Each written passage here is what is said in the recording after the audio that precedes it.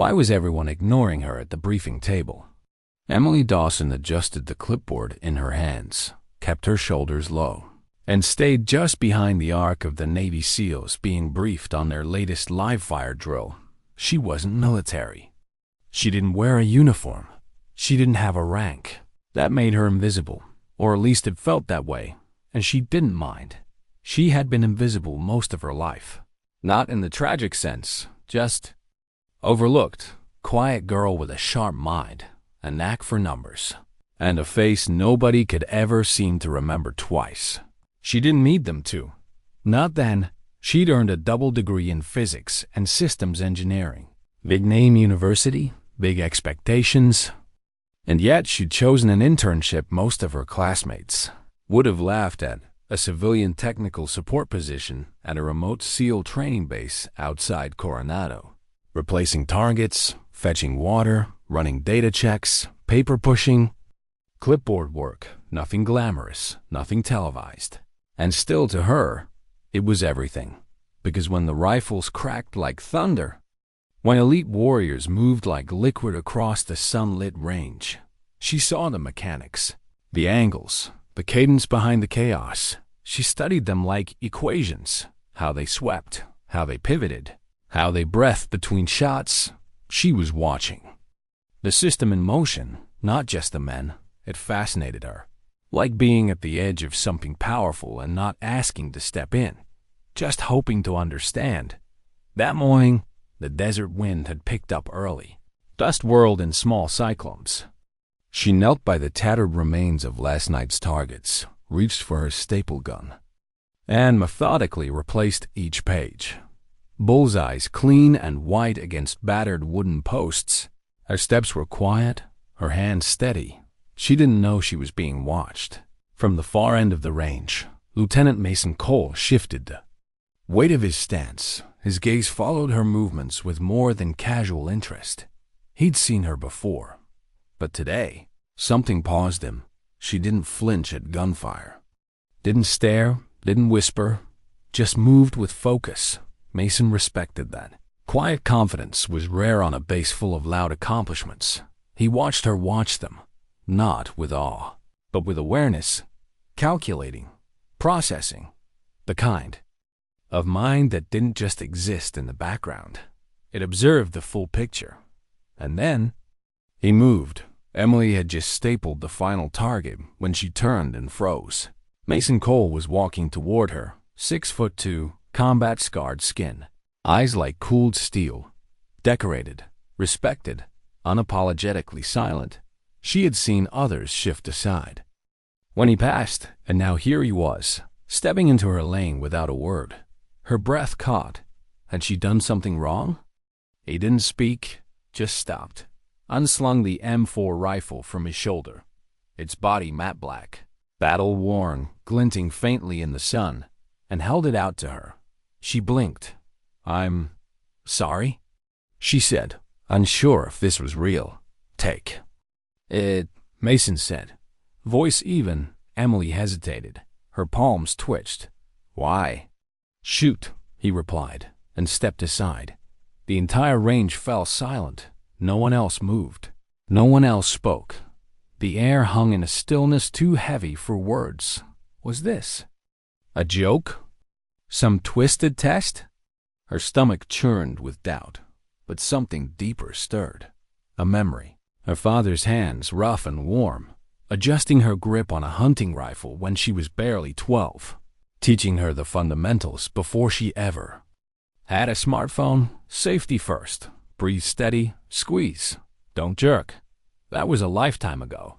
She hadn't touched a weapon since he passed, and yet her hands knew what to do. Emily stepped forward, planted her feet shoulder-width apart, inhaled, exhaled slower, raised the rifle, crack. The shot split the air. The bullseye split with it. A murmur ran down the range. Someone gave a low whistle. Emily lowered the rifle, her hands tingling. She turned to Mason, wide-eyed, breath still tight in her chest. He took the weapon back wordlessly, nodded once, and walked away. "Nice shot," he said over his shoulder. That night, Emily couldn't sleep. The quiet quarters felt smaller somehow. Her thin blanket offered no weight against the churn in her mind. Her fingers kept curling like they still held the rifle. She replayed the shot over and over. Not the action, but the moment it represented. Someone had seen her, not as the intern, not as the girl behind the line, as something more. The next day, she wasn't even scheduled to be at the range, but she went anyway, pulled on her dusty boots and cargo pants, and walked the gravel path before dawn had fully broken. She didn't expect anything, but she hoped for what she couldn't say. Mason spotted her after the first drill. "You want another go?" he asked without expression. "Really?" She replied, surprised. He nodded. "Let's see if yesterday was a fluke." He handed her the same M4. This time, no instructions, no corrections, just a subtle tilt of his head. "Trust." Emily took it. Shot 3 rounds, all within the bullseye. "No." Gasps this time, just quiet murmurs. "She's good," one SEAL said. "Too clean to be luck," said another. Mason didn't praise, just gave a small nod and motioned for her to follow. She didn't ask questions. He let her shadow the team as they moved through close quarters training. Breaches, clears, formations. He pointed things out in brief whispers between drills. How to track entry angles, when to hold breath in tight turns where stress fractures could make or break a structure. She soaked it in like oxygen. "You ever think about joining?" he asked quietly. She laughed. "The Navy didn't want me. Applied to the academy. Rejected. Not exceptional enough," they said. Mason paused. "They didn't look hard enough." Later, as the sun dipped low and cast golden streaks across the range, he stopped her. "You didn't ask why I gave you the rifle," he said. Emily tilted her head. "Didn't think it was my place." He studied her. "You didn't freeze. Most would have panicked. You just reacted."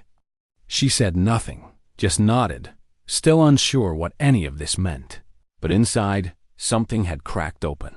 Not just memory, something stronger. A door she had once closed had creaked, almost imperceptibly. Open again. Maybe she didn't just want to watch anymore. Maybe she wanted in. How was she already on the list? The sun hadn't yet burned off the morning fog when Emily arrived at the range. The air was sharp, electric, like something important was about to happen. She didn't have a clipboard today. No list of tasks, no data logs. Just a sense she was supposed to be here.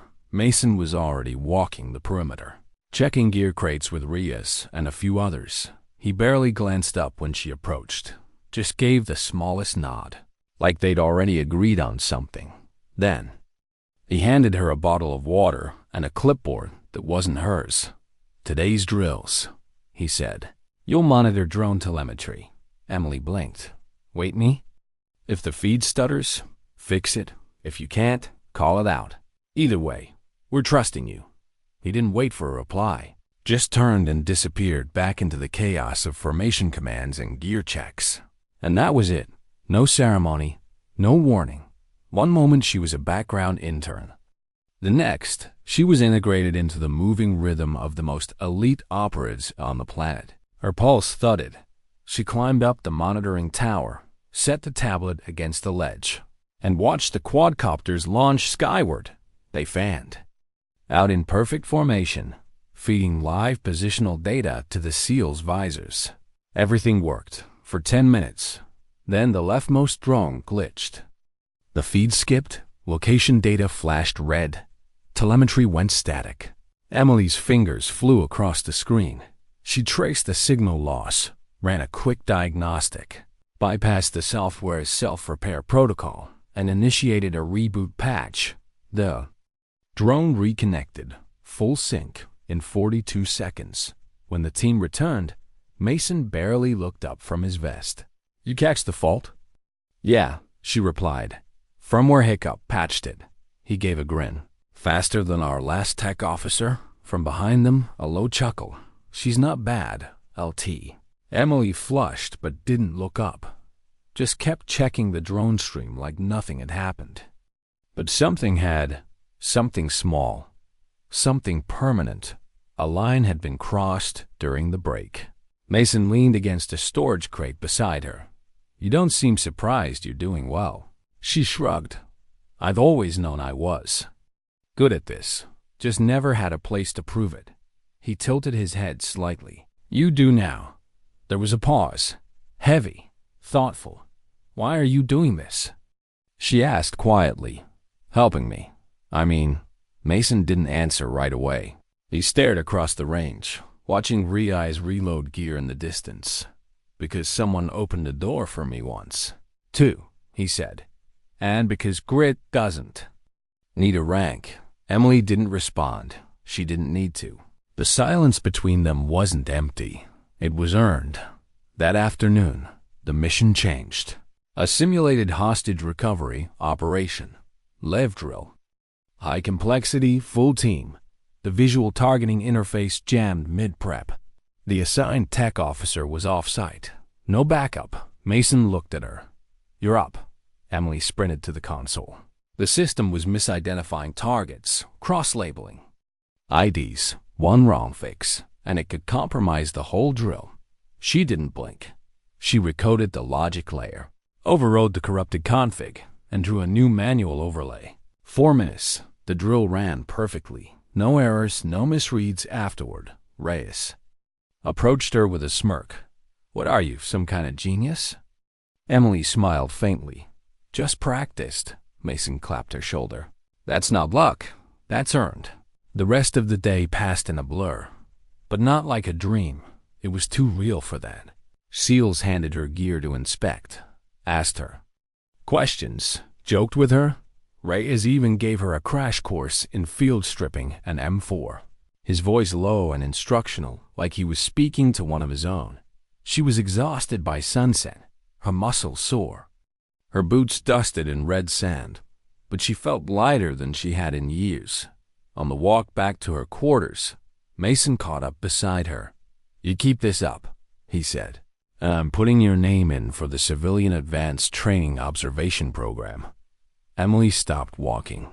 "That exists?" He nodded. "Selective, very. But I've seen people with less skill and more ego get accepted. I thought civilians weren't allowed to do things like this." Mason looked her dead in the eye. "Rules evolve, especially when someone makes them worth breaking." That night, Emily opened her laptop and wrote her mother an email, something she hadn't done in months, at least not with any detail. She wrote about the SEALs, about Mason, about the rifle, about that feeling. The one that had been missing since her dad passed. The feeling of being seen, not for being smart, not for being helpful, for being strong. She stared at the words for a long time, then added one more line. "I think Dad would have been proud today." And for the first time since arriving on base, she hit send.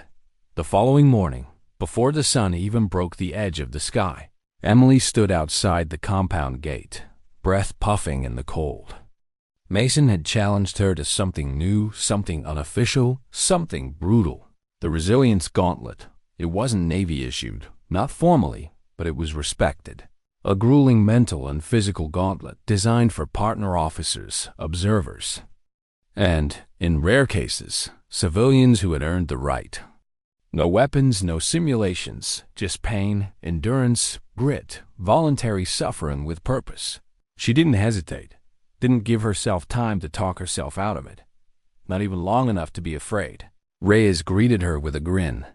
"Didn't think we'd see you here. I didn't think you could handle the embarrassment."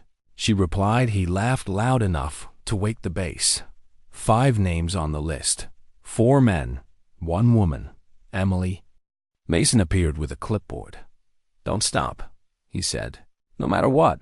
It started simple. A 1-mile run, then tire flips through sand, burpees, rope climbs, then came cold water immersion. Chest deep, steel pipes, ice. 1 tapped out. Another cursed the pit.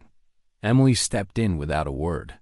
The cold hit like knives. Her lungs locked. Her muscles screamed. She stayed. 10 seconds. 30. A minute. Mason crouched beside the pit. Stopwatch ticking. Next. She climbed out, soaked. Shivering, didn't fall, didn't complain. The pain was real. So was the pride. They kept coming. Log lifts, sled drags, wire crawls in the sun. 3 men quit. 2 remained, Emily and a wiry man from Georgia. By hour 3, her vision blurred. Her knees bled, her body trembled, but she didn't stop. She remembered. Her father's voice. The pain is real, but so is the pride. Then came the final test. A sandbag run through a half-mile obstacle course. Emily stumbled. The bag rolled down a hill. She stared at it, breathless, trembling, then looked up and saw them watching. Not laughing, not mocking, just watching, waiting. She got up, walked down, picked it up, and ran slow, limping, but forward. She crossed the line to silence, then claps, then applause. The Georgia guide didn't finish. He was being checked by medics. Emily stood alone, mud-caked, barely upright. Mason approached, said nothing, just held out his hand. She took it. He pulled her into standing position. You just did something most don't even attempt, he said. You didn't break. You didn't wait for permission. That's what we respect. She wanted to cry. She didn't, just sat on a concrete block. Watched the horizon. Reyes dropped beside her. You're insane, she smiled. I'll take it. What made her stay, even when the pain didn't? 3 days had passed as the gauntlet, but Emily still felt it in her bones. The bruises had turned darker. Her knees bore the raw imprint of gravel and wire, but it wasn't the soreness that lingered most. It was the silence afterward, the kind that wrapped around you like a question you weren't ready to answer. Everyone on base walked differently around her now. Not because she demanded it, but because they'd seen it. They'd watched her fall, bleed, get back up, and keep moving when stronger bodies gave in. You can't unsee that kind of resilience. The glances were different. The tone of their jokes had shifted. She wasn't the intern anymore. She was in the circle now. No rank, no uniform. But part of them, she thought it would feel like arriving, like some finish line. But it didn't. It felt like a beginning. One morning, she sat alone at the edge of the range with a tablet on her lap, analyzing drone feeds from last week's drill. Her fingers moved in quiet calculation. She wasn't just reviewing data. She was learning how they moved, when, why, and what slipped through. Mason walked up, casting a long shadow across her screen. Studying something? Emily didn't look up. Your last drill, there's a blind spot. He raised an eyebrow. She zoomed into the terrain map. Southeast corner, 6-second rotation gap. A decoy could slip past.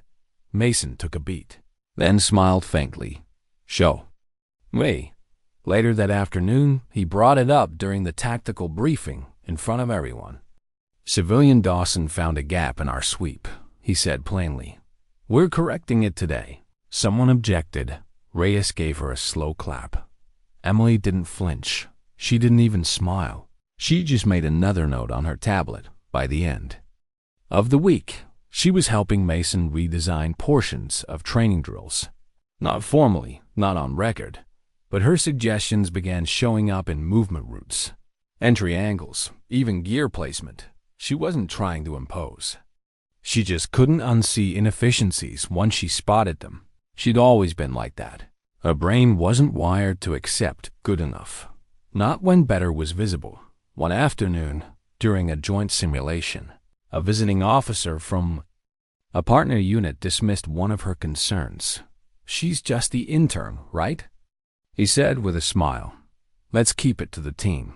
Mason's voice cut through the room like cold steel. She's not just anything, the drill proceeded, and failed, exactly as Emily had predicted. The officer's team got wiped within 30 seconds of breach when he pulled off his helmet, still brushing dust from his collar. He walked up to her with a sheepish look. I'm listening next time. Emily just nodded. Good. Real missions don't come with second chances. From that day forward, she was included in every strategy session. Not out of courtesy, out of necessity. One night, Mason invited her for coffee in the dimly lit base rec room. The machines buzzed softly. Outside, the wind scraped dust across the tarmac. "You don't need to be here anymore," he said after a sip. Emily raised an eyebrow. "Excuse me? I mean, you've already proven yourself. You could walk away from this internship with more respect than most civilians ever earn." "But you're not telling me to stop," she said. "No." He leaned forward. "I'm asking what you—" "Want now?" Emily stared into her cup. Her reflection wavered on the surface. "I thought I'd go into logistics, systems design, maybe intelligence work. But now I don't know. You've seen what you're capable of." Mason said quietly. She nodded slowly. "Feels like I've been preparing for this my whole life. I just didn't realize it." He reached into his jacket and pulled out a thin folder. Inside was a DoD application, Advanced Civilian Integration Program, one of the rarest entry points for non-military candidates, and one of the hardest. "I already spoke to the commander," he said. "If you want it, I'll sponsor it." Emily's hands trembled slightly as she held the folder. "I don't have combat experience." "You don't need it," he replied. "You've got intelligence. Endurance, focus. That's what we can't train. That's what we need." She took the folder home, but she didn't open it that night. Instead, she stood by the window in her tiny room, watching moonlight stretch over the range. The same range where everything had started with a single shot. She thought of her father. The rejection letter from the Naval Academy still lived in a drawer somewhere. The one that said she wasn't exceptional enough. Funny how wrong that felt now. The next morning, she returned the folder to Mason. Signed. "I'm in," she said. He smiled. "I knew you would be by the end of the week." A transport helicopter lifted off from base.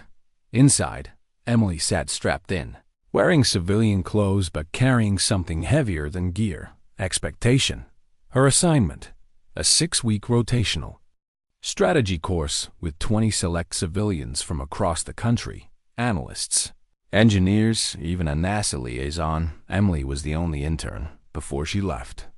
Mason had warned her, "This won't be like anything you've done. They're going to test your mind, your instincts, your loyalty. This is where you learn to think like command." "I'm ready," she'd said. Mason had just smiled. "You always say that one day. I'll see you flinch. Not today." The new facility was colder, clinical, no camaraderie, no shared stories, just blank walls, brisk instructors, and constant pressure. Day one was data interpretation, 6 hours of flawed battlefield inputs. Candidates had to detect the errors and rewrite command strategy in real time. Emily finished in 4. She spotted 3 failures no one else did. Day 3 was psychological testing. Sleep deprivation, disorientation, interrogation loops. One candidate tapped out by noon. Emily stayed centered. Not because she didn't feel it, but because she'd already lived in a world where she had to prove she belonged. "You don't even come from a tactical background," one of the others whispered. "How are you so calm?" She shrugged. "You get used to pressure when you're always being underestimated." But even she wasn't unshakable. On day 7, she cracked, not from stress, but from memory. The simulation involved a hostage decision tree. Faces were randomized. The one of them looked exactly like her father. Same jawline, same expression. It stole her breath. She froze, hands trembling, behind the glass. An instructor watched but said nothing. Emily clenched her fists, closed her eyes. "He wouldn't want me hesitating," she whispered. She finished. The drill, only one error. That night, in her dorm, she stared at the faded photo she carried in her bag. Her father in dress blues. "I still hear your voice," she whispered, telling me to keep going. Week 2 brought mixed group exercises. Civilians and military officers. Emily was assigned as team lead. A few officers rolled their eyes. "Why her? She has the best record," the instructor said flatly. No one questioned it again. Her team aced 3 out of 4 missions. Not because she was loud, but because she listened, calculated, gave everyone a role where they could succeed. In the mess hall, the tone changed. Officers asked her opinion. Analysts leaned in to hear her breakdowns. She didn't brag, always credited Mason, her father, or just paying attention. By week 4, they threw a live-fire ambush sim at her. Weather variables, incomplete data, a nightmare scenario. She devised a risky maneuver, a double flank with an AI decoy. Unorthodox, untested. It worked. Record time, 0 simulated casualties. You think like a field commander, one major told her. Emily blinked. I'm not even enlisted. That might be the only thing holding you back. At the end of the program, she was called in for her debrief. The lead instructor handed her a sealed envelope. Candidate. Exceptional. Capable of high-level coordination under stress. Recommend access to Tier 2 strategic training. Emily stepped out of the room, eyes lifting to the horizon beyond the facility walls. The sun was setting, just like the first day she picked up Mason's rifle. Her phone buzzed. A message from Mason. Knew you'd crush it. When you're back, you're not coming as an intern. You'll be sitting beside me at briefings. Emily smiled, the words sinking into her chest like anchors. She had never wanted applause. She had wanted belonging, and now she had both. Why did the rifle feel heavier this time? Emily stood at the edge of the command center, backpack still slung over one shoulder, her boots caked with travel dust. No fanfare, no welcome sign. Just Reyes leaning against the gate with that familiar crook grin. Told you, he said. You're not made for sidelines. She smiled, tired, proud, changed. Inside the command center, Mason was bent over a cluster of satellite imagery. His posture still as a statue. He didn't glance up at first, but when he did, he stood for a split second. That was all. Then motioned her over. You did well, he said. Thanks to what you taught me. He shook his head. What you earned. Then she saw it, lying on the desk beside him.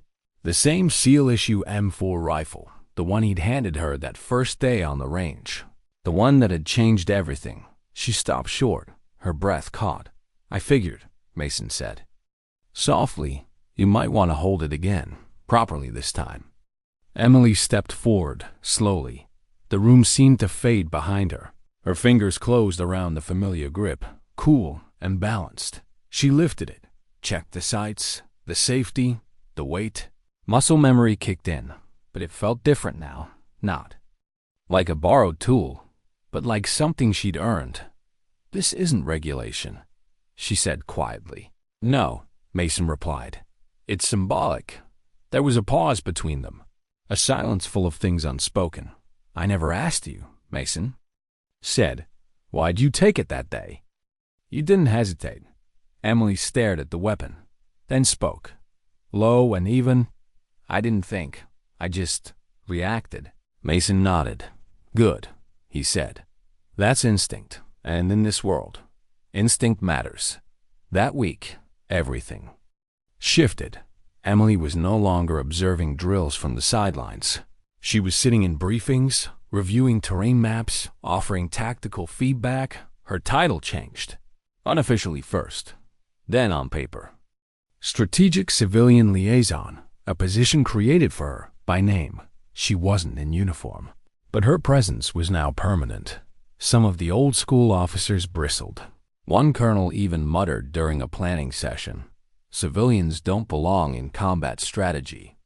Emily said nothing. Instead, she leaned over the map, pointed to a choke point in his supply route, and redrew the entire logistics plan in under 10 minutes, plugging the flaw that could have cost lives in a real-world scenario. The colonel stared, then nodded once. Respect granted. After that, objections died down. She didn't need to argue. She made herself undeniable. Weeks passed, operations came and went, some successful, others hard. But Emily stayed at the table. Every time. Then, one afternoon, Mason called her into his office. The door was shut, his jaw set. There was tension in the air. There's a mission, he said. Off the books. Emily leaned in. Where? I can't say classified, all. I can tell you is, it's tech recovery, sensitive, and dangerous. Her pulse quickened. Planning or execution? Both, he said. You'll be embedded, unarmed, observing. But they need someone who can think on their feet, solve on the fly. Why me? Mason's eyes met hers, unflinching. Because I told them I had the perfect candidate. She held that gaze. You trust me that much? No, he said. I trust you more than that. The prep window was short. 3 days. She wasn't given full briefings, just outlines. The target was a hostile-held warehouse. Inside, stolen encrypted hardware, a potential leak of strategic tools. The breach had to be silent, fast, and invisible to the enemy. Her role: override the lock system in real time without tripping the internal alarms. One mistake, and extraction could turn into a firefight. The team she trained with wasn't Mason's. They didn't know her. No rays, no familiar faces.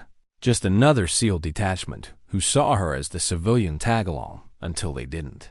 Because she kept up in movement drills, outrun one of them in a gear sprint, and during a mock breach, spotted a flaw in their evac plan that would have boxed them into a fatal trap. Respect came slowly, but it came. On the final night before launch, Emily sat alone on a bench, polishing her boots. With tight, focused strokes, one of the SEALs, a gruff sergeant named New, walked up. You really this calm? He asked, or just good at faking it? Emily glanced at him. I've had practice. He studied her. You're not what I expected. She smirked. Neither are you. He chuckled, then reached into his vest and pulled out a patch. Unofficial, faded, the kind only earned through internal recognition. A symbol passed between warriors, no regulations, just respect. He handed it to her. For luck, he said. Emily blinked. You sure? He shrugged. Let's just say I've seen enough. They launched at dawn. The chopper's blades thundered over ocean mist. Inside, Emily sat between New and another SEAL, helmet on her lap. Fingers steady, her eyes tracked the coastline. Below calm, ready. She wasn't nervous. She belonged here when the breach call went out. She moved into position behind the forward stack, tablet in hand. 2 levels of encryption guarded the internal systems. She bypassed the first. The second fought harder. Her fingers moved like fire across the screen, rerouting surveillance loops, disabling power to the silent alarm relay, locking camera pan sequences in place.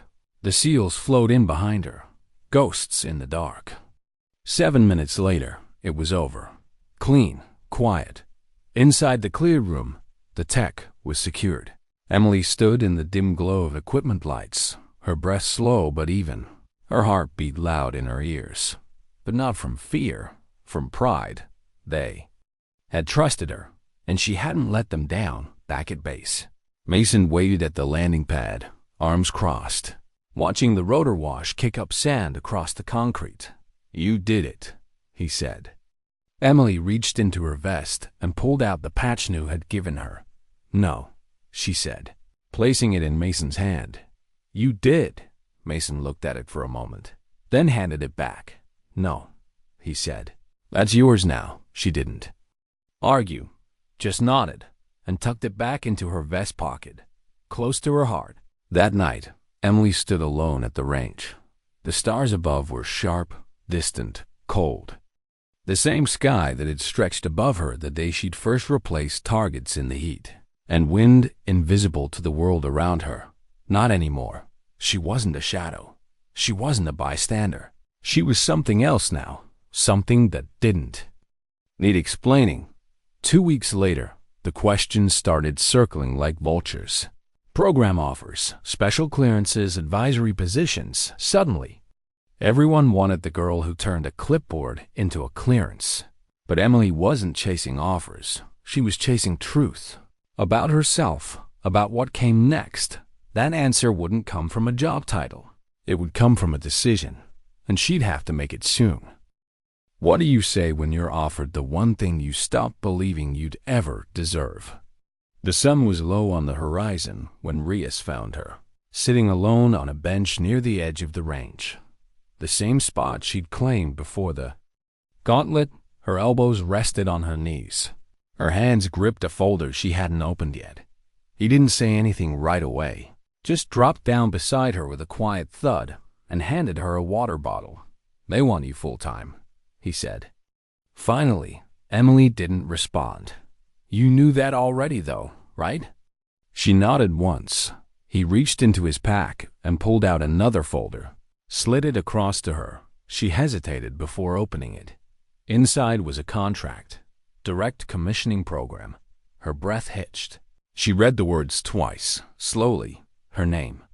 Printed beside the offer, a rare, almost unheard-of pathway for civilians. Enlistment with immediate officer status based on demonstrated operational excellence. She blinked. "I thought I'd be in logistics," she whispered. "Maybe designing." Drone specs.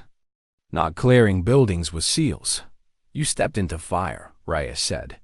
"Didn't burn." They sat in silence, the kind that doesn't need to fill space, only time. After a while, he stood, giving her shoulder a small squeeze. "You don't have to prove anything anymore, Emily." He paused, then added, "The only question now is, what do you want?" That night, she walked the base alone. No clipboard, no rifle, no uniform, just her. And it looked different now, not because it had changed, but because she had. The same officers who used to overlook her now nodded when she passed. The same techs who ignored her input now asked for her insight. But it wasn't pride that filled her chest. It was clarity. She passed the range and saw Mason there, as always. Still, focused, breathing through each shot with calm precision. The rhythm of someone who didn't need to be watched to feel validated. He didn't look up when she stepped beside him. "Should have known I'd find you here," she said softly. "You've got the stare now," he replied. "What stare?" "The one soldiers get when they've seen too much to ever go back to normal." She let the silence hang before finally holding out the contract. "They want me in uniform, rank, everything." He looked at it, then at her.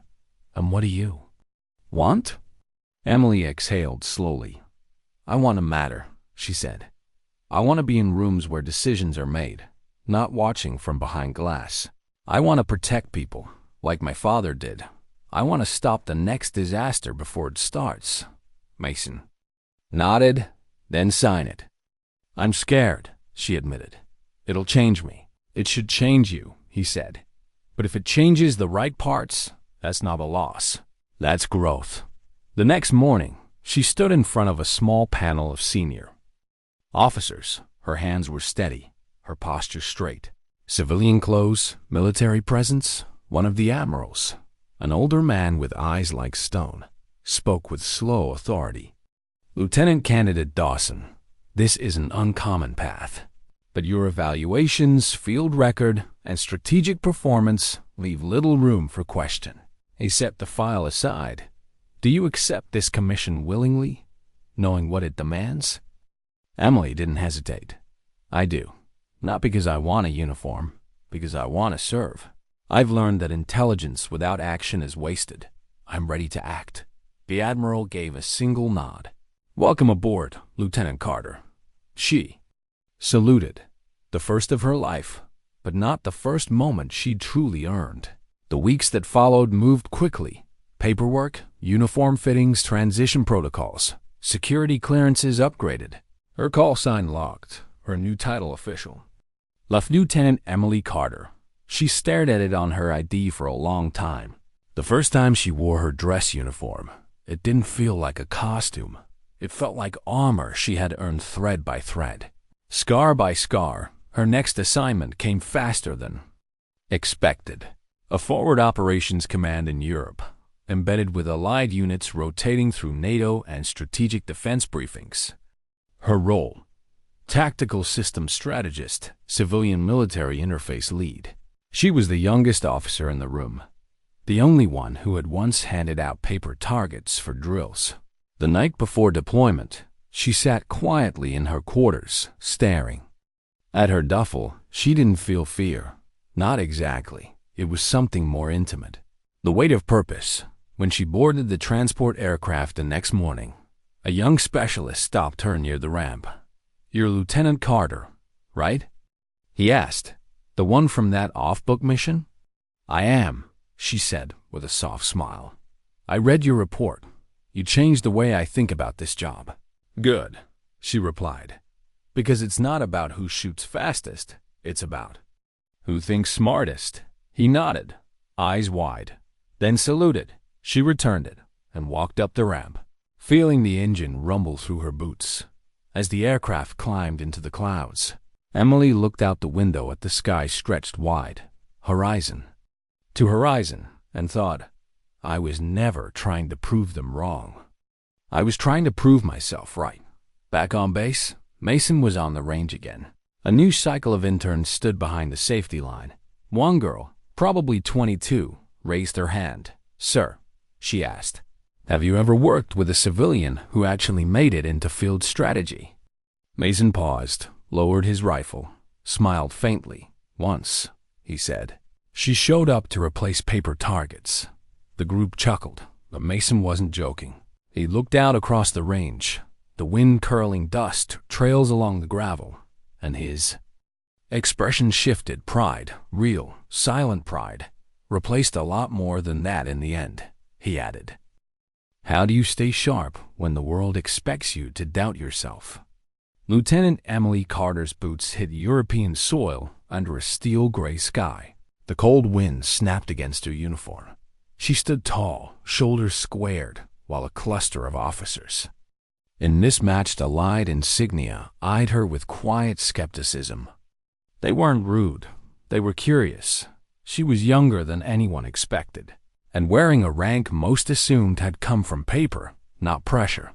The facility was a joint NATO operations post tucked into a forested hillside, the kind of place that didn't show up on civilian maps.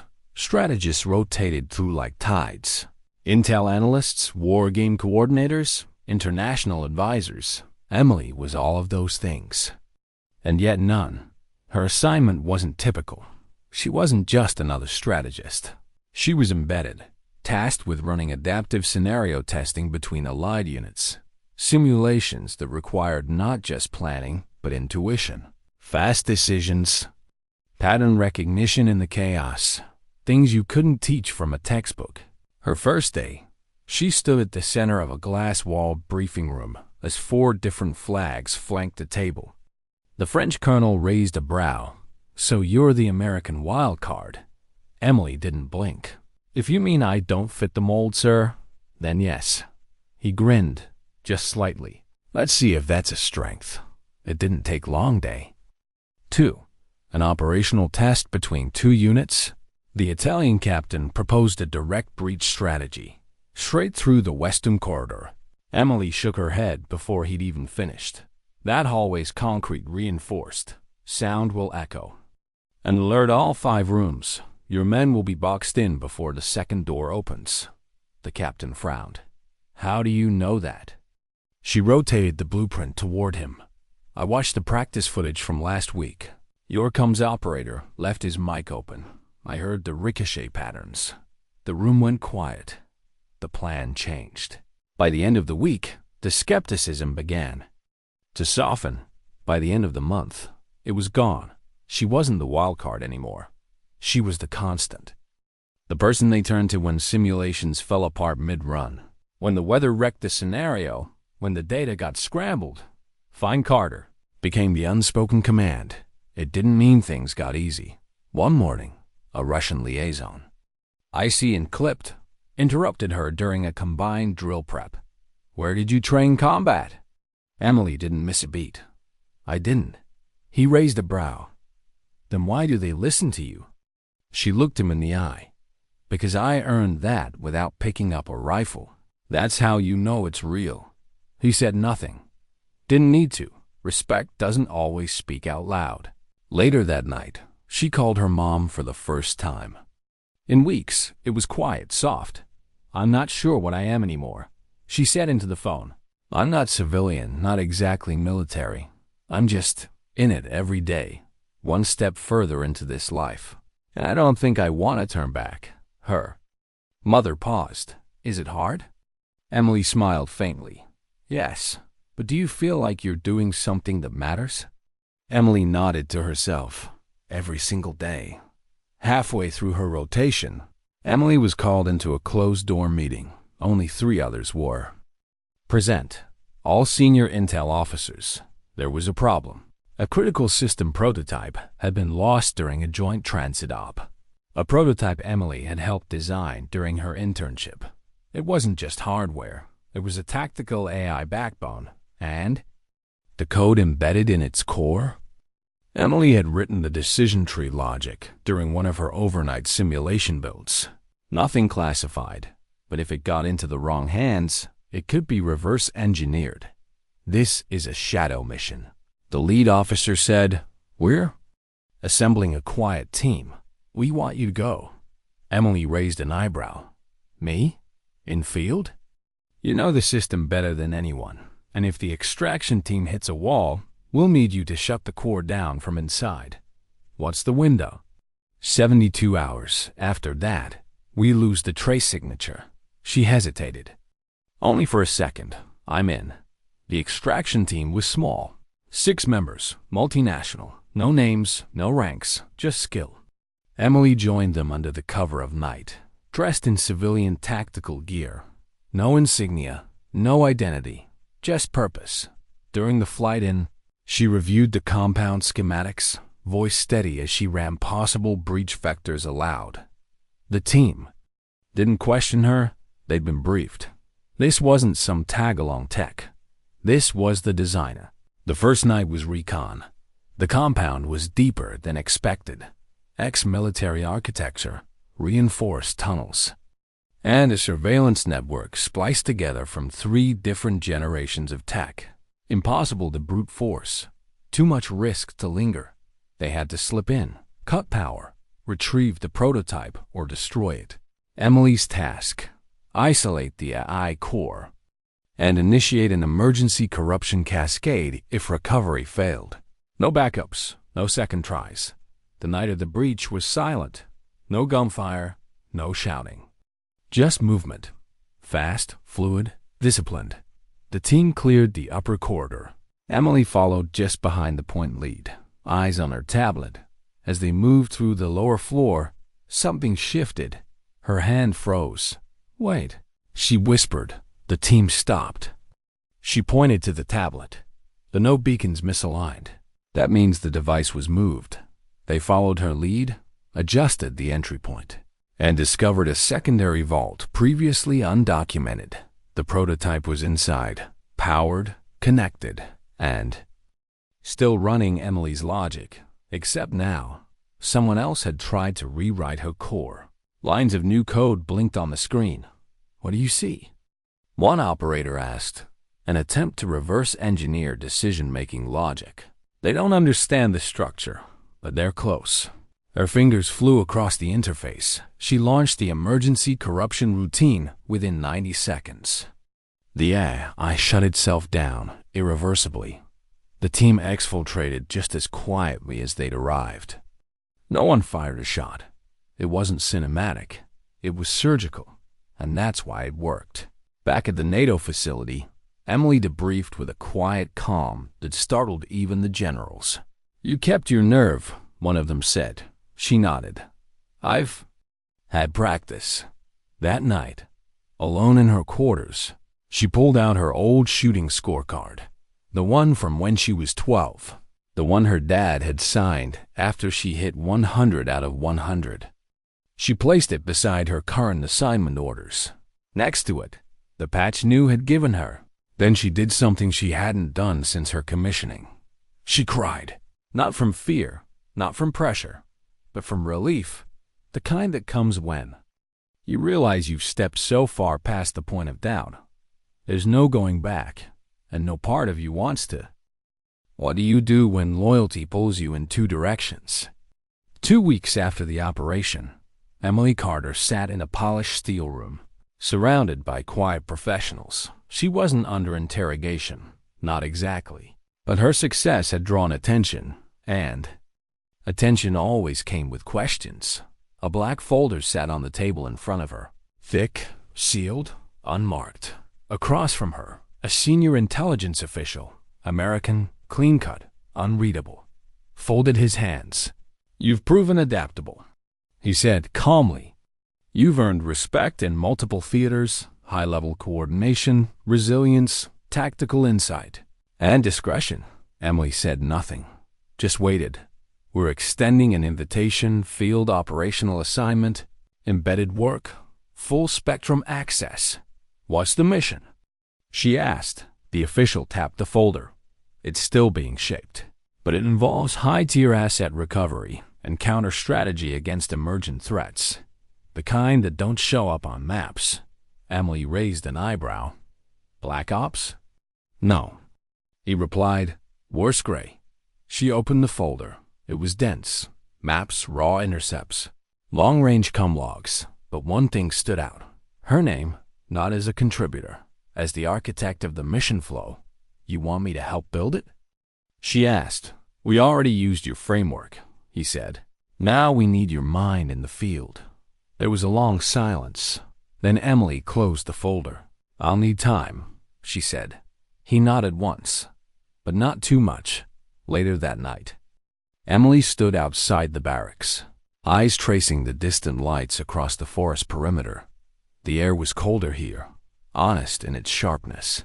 Mason's voice came through her earpiece, low and familiar. "You saw the file?" "Yes," she said. "What do you think?" "I think I'm in over my head." "No," he said. "You're just standing somewhere new. That's what elevation feels like."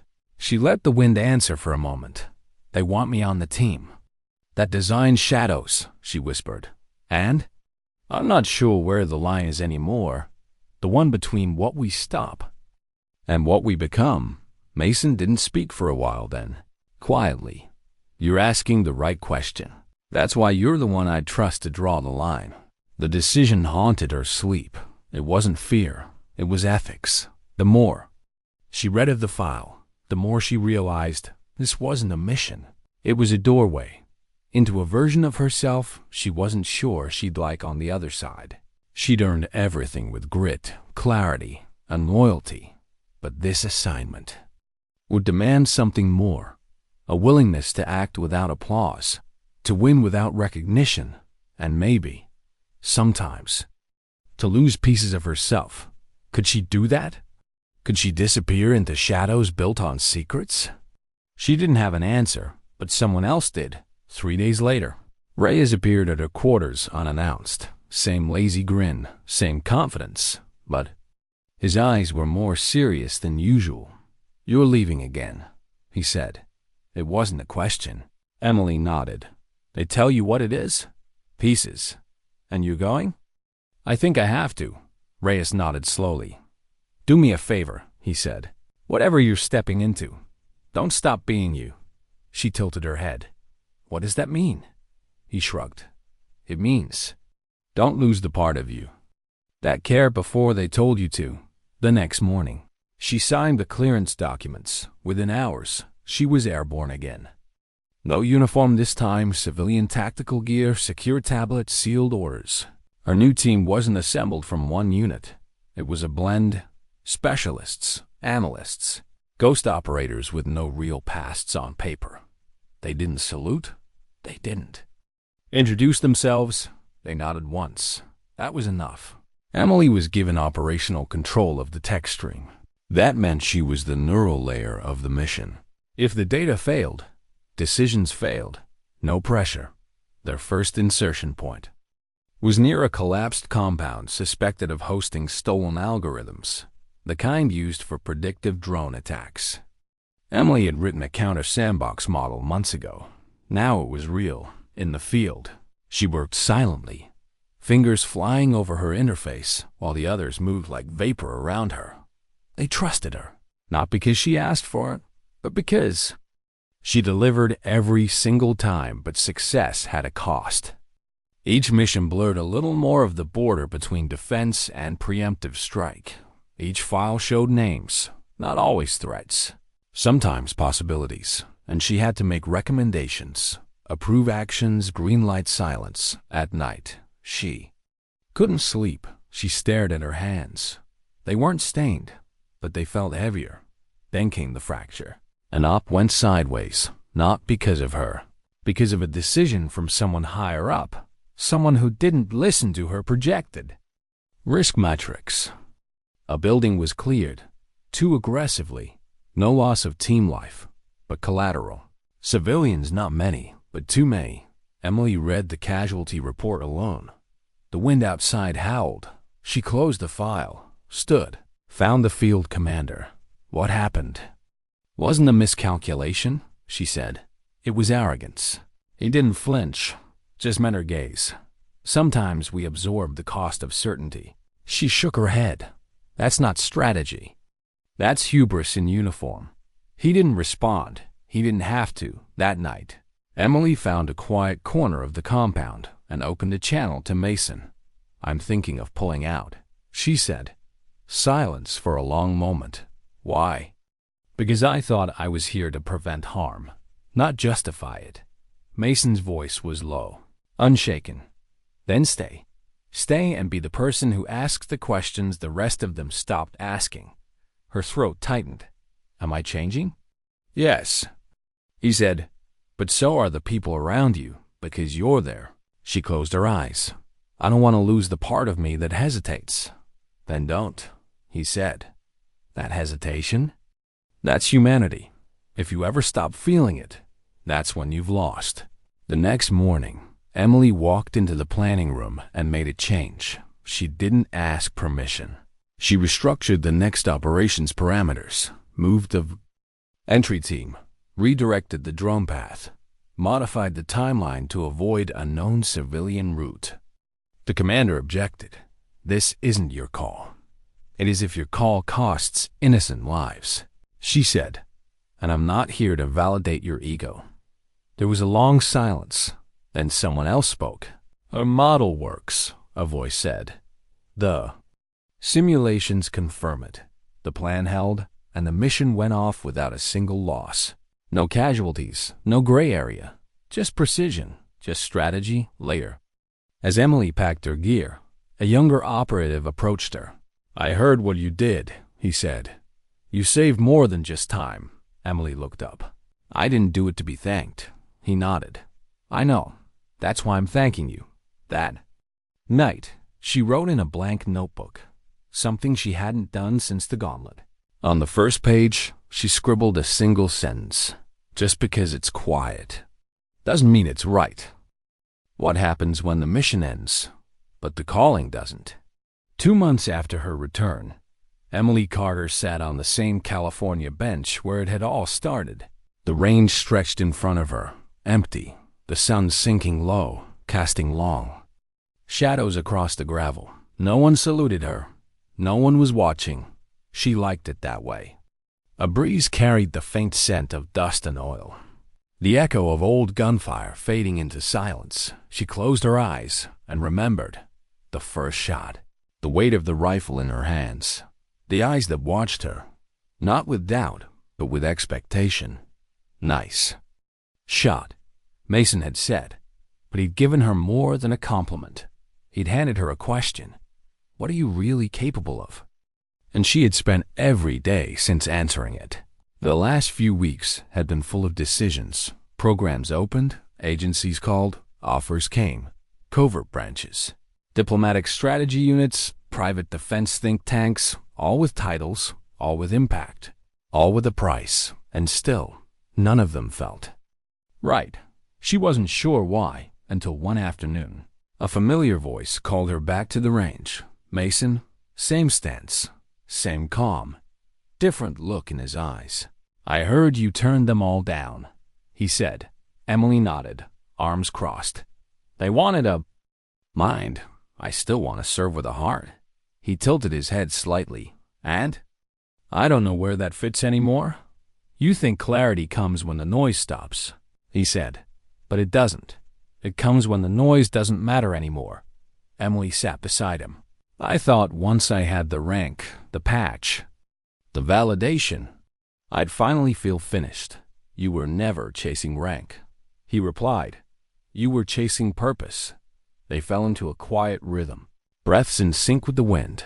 No need to explain what couldn't be spoken. Finally, Mason turned to her. You ever think about teaching? She raised an eyebrow. Me? You've done the missions, led strategy, faced fire. You've been underestimated. You've made hard calls. You've seen the gray and still held the line. He looked back toward the range. There's a whole generation who need to learn how to think, not just shoot. Emily didn't answer. She didn't need to. 2 weeks later, she walked into her first instructor briefing at a classified joint training facility. No fanfare, no announcements. Just a list on the board. Her name, LT Carter. Tactical systems plus ethical conflict integration. She almost laughed. The girl who once handed out clipboards was now designing moral battlefield scenarios. But it felt right. It felt earned. Her class was small, new officers, handpicked from international forces, each with high scores and even higher pressure. They expected another boot camp-style breakdown of tactical logic. What they got was different. The first words Emily spoke as she faced them were simple. What would you do if the person on the drone feed looked like your father? The room went still. A young British officer blinked. Excuse me, ma'am. She repeated it. What would you do if the face in your crosshairs looked like someone you loved? No answer. She stepped forward. I'm not here to teach you how to obey. I'm here to teach you how to think when obedience isn't enough. In time, the class grew to respect her. Not because she'd been in the field, though she had. Not because she could outanalyze the simulations, though she did. But because she told the truth, not the story of medals. The story of moments, of choices, of what it feels like to hand a rifle to someone who doesn't flinch and watch them become more than even they believed they could. And eventually, word got out, not headlines, whispers. There's a lieutenant who listens, one who doesn't bark orders, one who asks why before she tells you how. And those whispers brought someone new to the facility. It was late one evening. Emily was finishing a module breakdown when a knock sounded on the door. She looked up. A girl, young, maybe 21, civilian badge, nervous, tense. I'm here to help with logistics, ma'am, the girl said quickly. Emily smiled gently. Welcome, she said. What's your name? Jasmine. You ever been to a range? Jasmine shook her head. Ever watched a breach drill? Again. No. Emily stood, walked to a cabinet, pulled out a tablet, handed it over. Start with this. Watch the movements, look for the gaps. Then come back tomorrow and tell me what they missed. Jasmine blinked. You want me to analyze it? No, Emily said softly. I want you to see if you notice anything. Jasmine held the tablet like it was something sacred, and Emily saw it. The same look she used to have. Not awe, hunger, to belong, to contribute, to be seen, and maybe one day, to be more. That night, Emily returned to the bench outside. The wind was soft. The stars clearer than usual. She pulled out the old scorecard again. Tattered, faded, still folded in her pocket. And next to it, the patch New had given her. She hadn't sewn it on any uniform. She kept it close instead. Proof that recognition doesn't always come from orders. Sometimes it comes from someone saying, I see what you are before the world. Does? Her phone buzzed. A message from Mason. New intern arriving next week. Wants to help with range data. Any chance you'll be around? Emily replied. Tell her to bring a pen and to watch carefully. That's how it starts. Somewhere, far away, missions were still happening. Teams still moved through shadows. Decisions still got made behind closed doors. But Emily Carter had chosen something else. Not easier, not quieter, just different. She chose to be the hand that opened the door, instead of the one that always waited for someone else to do it. And in doing so, she'd rewritten what it meant. To serve, because sometimes dignity doesn't speak. It simply acts. And sometimes, the person who once replaced paper targets replaces the standard entirely.